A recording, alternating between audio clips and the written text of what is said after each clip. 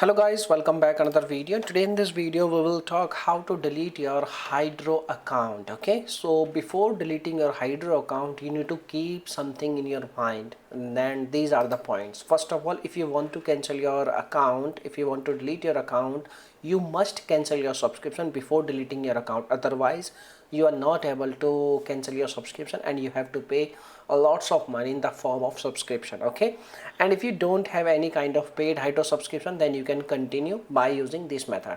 You need to open your Hydrow app, and once you open your Hydrow app you need to tap on your profile tab at the very bottom of the screen on your app. Okay, now you need to tap on gear icon at the very top right side and open settings menu.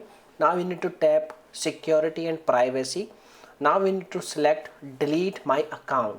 Now read the instructions and then you can follow the prompts and you can continue deleting by confirming your details, and you need to enter your email on your screen name and password, then tap on delete now button. Okay, so by using these methods you can easily delete your Hydrow app account or Hydrow account. Okay, now if you have any other questions you can make a comment. I will reply you very soon, and thanks for watching this video. Bye bye, take care, see you soon in the next video.